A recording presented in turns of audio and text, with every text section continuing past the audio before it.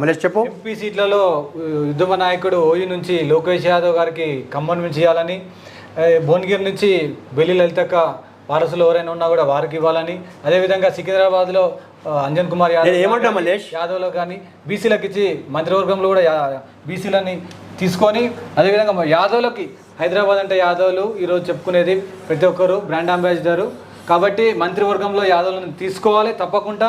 లేని ఏడల ఈ పార్లమెంట్ ఎలక్షన్లో బీసీల యొక్క యాదవ్ల యొక్క ఆగ్రహానికి గురి కావాల్సి వస్తుంది కాంగ్రెస్ పార్టీ. ఏమంటా మల్లేష్, ఇప్పుడు ముఖ్యంగా కాంగ్రెస్ పార్టీలో ఏం నడుస్తుందో తెలుసా నీకు? కాంగ్రెస్ పార్టీలో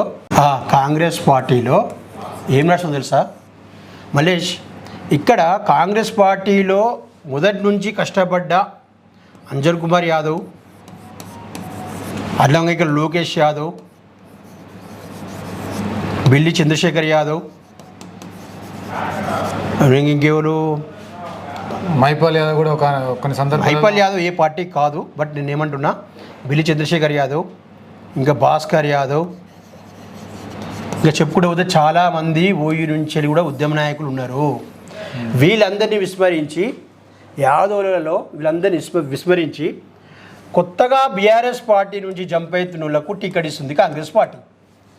అంటే కేసీఆర్ ఇష్ట తప్పు మళ్ళీ చేస్తున్నావు అంటే ఈ 5 ఏళ్ళు కష్టమే. మీ 5 ఏళ్ళు ఉన్నా కానీ నెక్స్ట్ టర్మ్ రావాలంటే మాత్రం బీసీలకు కాంగ్రెస్ కార్యకర్తలకు మీరు అండగా ఉండండి.